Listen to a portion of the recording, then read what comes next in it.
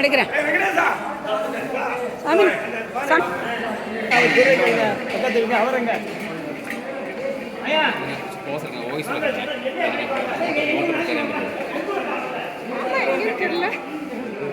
ஆமா தெரியல புக்கு தன்னை மட்டும்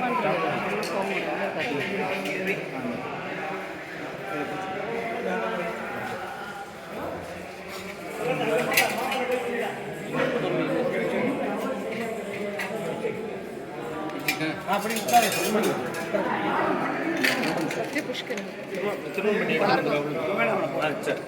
மஞ்சள் காப்பு மஞ்சள் கொஞ்சம் சந்தனம் மஞ்சள்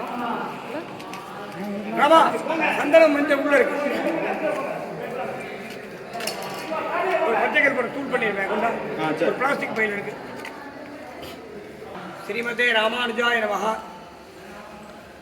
திருமையம் திவ்யதேசம் 107 திருப்பதிகளில் மிக முக்கியமான திவ்யதேசம் சத்யபிரத கஷேத்திரம் என்று இந்த திவ்யதேசத்துக்கு ஒரு திருநாமம் உண்டு.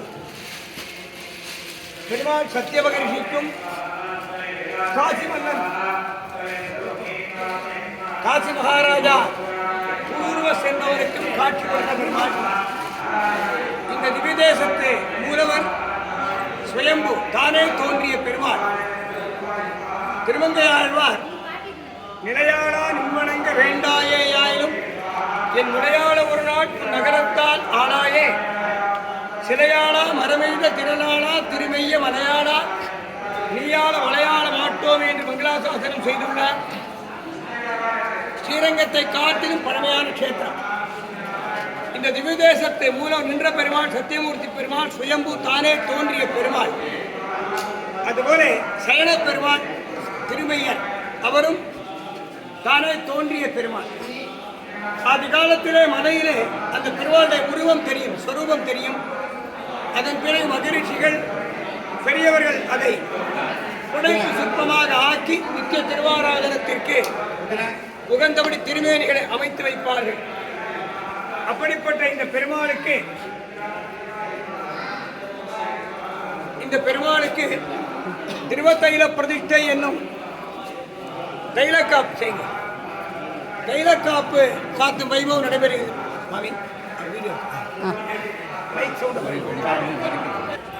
அதன்படி இந்த தைலம் தயார் பண்ணப்பட்டு சாத்தப்படுகிறது. எல்லாருக்கும் இந்த தைலத்திற்கு 8 விதமான திரவியங்கள் சேர்க்கப்படுகின்றன. சந்தனம், அகில், தேவதாரு என்ற 3 தாரு மரங்கள். சந்தனம், அகில், தேவதாரு என்ற இந்த கட்டைகளை இதுபோல திருத்திக் கொள்ள வேண்டும். சிறிய சிறிய கட்டைகளாக தேவதாரு என்னும் கட்டை, இது சந்தனக்கட்டை. அதே போல சிறிய சிறிய பீஸ்களாக அகில் கட்டை. இந்த தேவதாரு என்னும் மரத்திற்கு கேன்சரை குணப்படுத்தக்கூடிய ஒரு மருத்துவ குணம் உண்டு.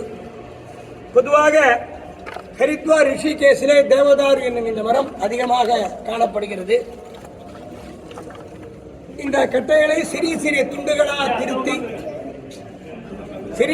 துண்டுகளாக திருத்தி குறைந்தது 11 தினங்கள் நல்ல உப்புச்சத்து இல்லாத ஜலத்திலே ஊற வைக்க வேண்டும்.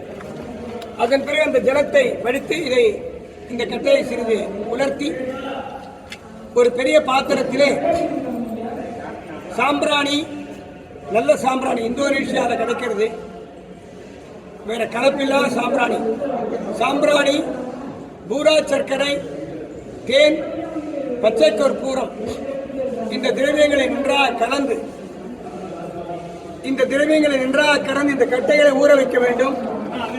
இந்த கட்டைகளை நன்றாக ஊற வைத்த பிறகு இந்த கட்டைகளை இது போன்ற பானைகளிலே சேர்க்க வேண்டும்.